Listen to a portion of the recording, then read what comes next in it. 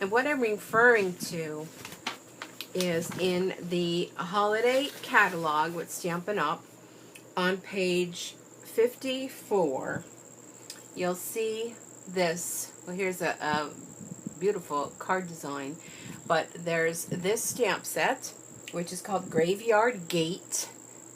Not spooky.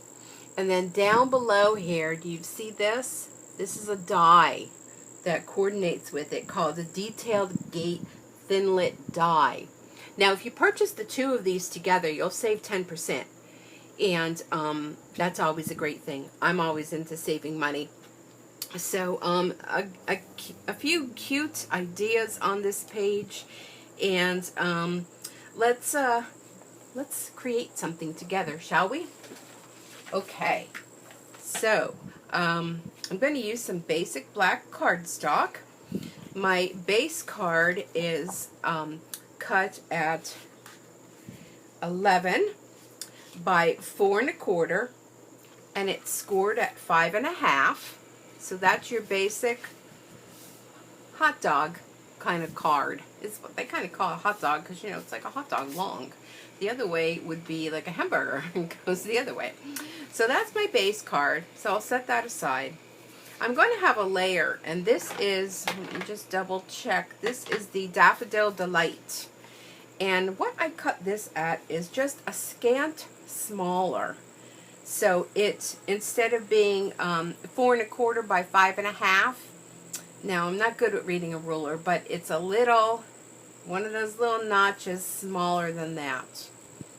Okay, and then my card that is going to go on top of this is cut at 4 by 5 1/4.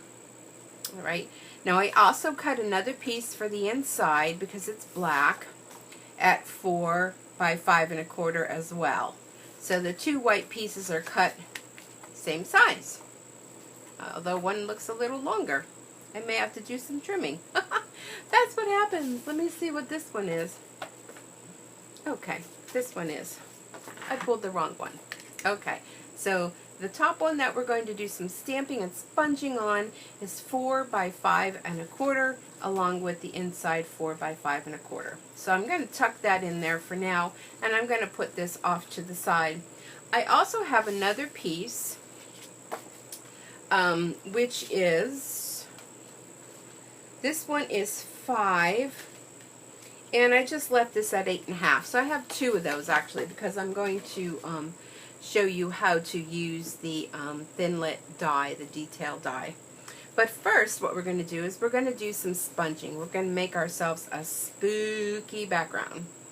So what I'm going to do with that first is I'm just going to take Post-it notes, and I find because Post-it notes are so thin, when you want to use our punches, sometimes you're best off to do more than one. So I have two, and I'm going to need this little circle. And this one I used the punches 1 3/8. It's the older style Stampin' Up! Punch. So now let me try to separate these. And there we go. Alright, I'm going to put this up into the upper right hand corner. Okay? So now here's the inks we're going to be using today. We're going to be using some pumpkin pie, rich raspberry, crushed curry for our sponging background. We're also going to use some basic gray and basic black. Alrighty, so let's get started. We'll start with our lightest color first, which is our crushed curry. And let me just bring in a piece of scrap paper underneath. So I have our Stampin' sponges that come in a big circle, and I cut them into little wedges just so they go a little further. And we're going to do a little bit of sponging. This is going to be our moon that we're protecting. So by, oh, I should have done that off. You don't want to do that. You always want to kind of pounce off before. Don't do what I just did. So with that being covered, that's going to protect underneath. So this way underneath will be protected and it'll remain white. Now my inside piece, while I have my ink out, I'm going to do a little sponging along that too. And this is the piece that's going to go on the inside. And I already have a little thumbprint there. I don't know if you can see it, but I'm getting really inky today. Alright, so let's close that up and put that sponge aside. I have a separate sponge for each color. I was using my glue gun yesterday, so it's kind of everywhere. Alright, this one is the pumpkin pie. You see what I mean? I was making those cork pumpkins. If you haven't checked that out, go find that video. I just did it, about a week or so ago. And I'm going to do some of this on the edge too.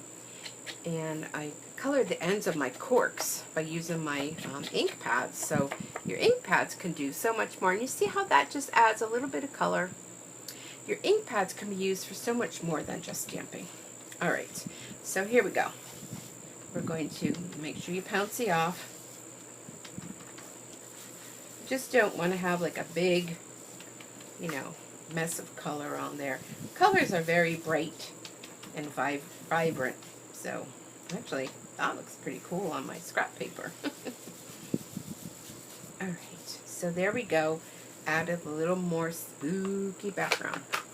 We'll close that one up and put that aside. Now, these sponges can be rinsed out, or you can make yourself a little piece of the cardstock that matches and staple it on there and keep that forever for that color. But I usually just rinse them out in the sink, a little bit of Dawn detergent, and we're good to go. And here's another piece of glue, because I was using, this rich raspberry. Oh, and I have a cat hair in there too, because my cat, you know why? This is on the actual sponge. If you have cats, I don't know what it is with them and sponges, but if they're like mine, my little Dory, who you've seen before here in the past, because she does like to make her appearance, she just loves sponges, and I kept finding them all over the house, and I'm wondering, where is she getting all of these? Because I didn't even think I was using that many of them. Well, I was here in my stamp room the one day, and I found out she actually learned how to go into my drawers here, and take them. So that's what was happening with that. She was stealing them out of the drawer. Even the little roller brushes that I have, she loves them too. And every time I order, I keep having to order more sponges, and then I realize why, because they're probably all everywhere in my house. So when I move my couch, I'm going to just wipe off my hands a little bit, I'm going to find them under there. Okay, so there is our spooky background. But what I want to do, one more thing, I'm going to do with basic gray. And I just grabbed one of these, the ones that do the brayer. And I'm just going to go ahead and touch this in here. Only because I couldn't find another sponge. So I'm just going to add a little darkness. But sorry about that noise. My window's open because it's beautiful here in Pennsylvania today. And I don't know what that is. But okay, there is our spooky background. Put that aside. Now we're going to peel this off and ooh, there's our moon. Now if you think your moon is a little too bright, let me grab my yellow. I'm just going to kind of dab a little bit over, just to kind of make it like that. Okay, cool, right? Alright, so next what we're going to do is we're going to coordinate our graveyard gate, and this is going to be a little bit long video, and I'm going to try to rush, because for some reason, as many times as I try with YouTube, they tell me I talk too much and they cut me off. Can you imagine me talking too much? No. Now I'm looking for another piece of cardstock. Well, we'll wait on that then. Okay. So, this is our inside. Alright, these are our little tombstones. And we're going to kind of make a little graveyard. We're using the basic black. Now, what you want to concentrate on is, when you look at tombstones in a graveyard, which isn't really something I frequently do, but the ones further back are a little bit lighter. So I'm going to stamp off, and we're going to put those. Oh, what is that? Oh my goodness. That one looks like it has a crack in it. Oh dear. Let me see if I could kind of go over the top. Okay, well, it's just going to look like it's, you know, a little... Oh, wow, I am not doing well today at all. Well, there's a double. So we're going to make those like they're kind of back and spooky in the background.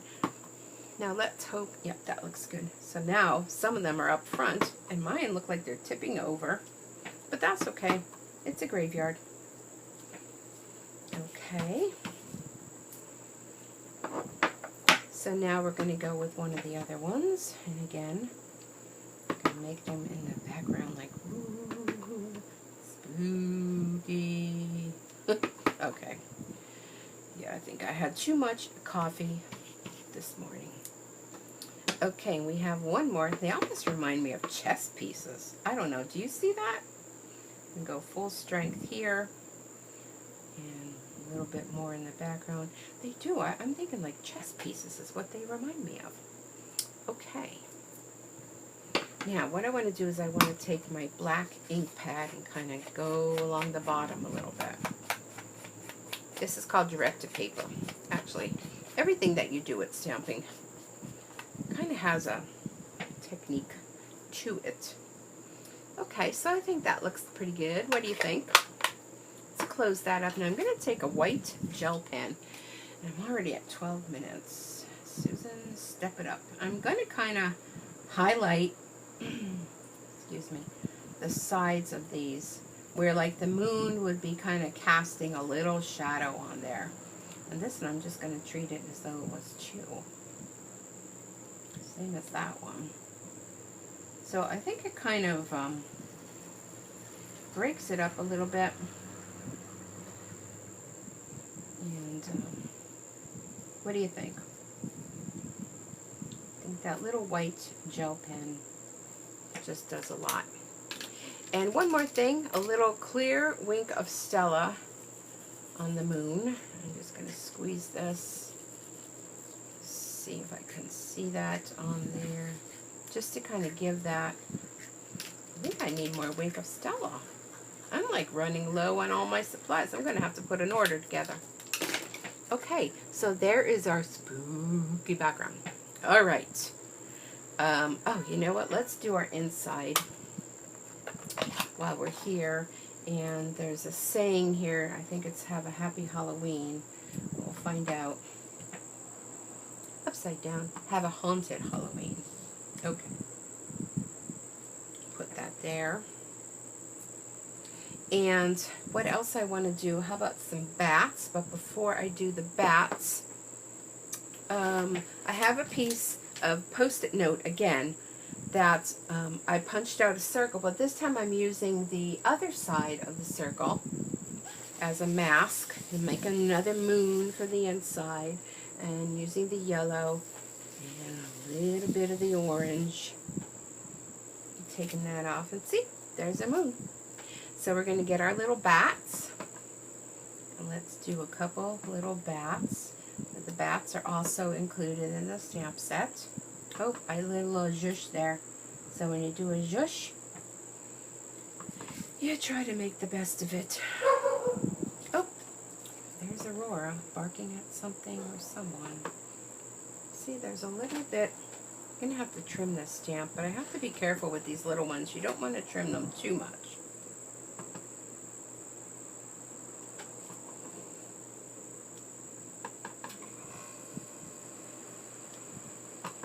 I don't know. Sometimes you just don't know when to stop, so I'm just going to stop right there. All right. That is our spooky card. That is going to get layered onto here. But before I do, I'm going to move all of this out of the way.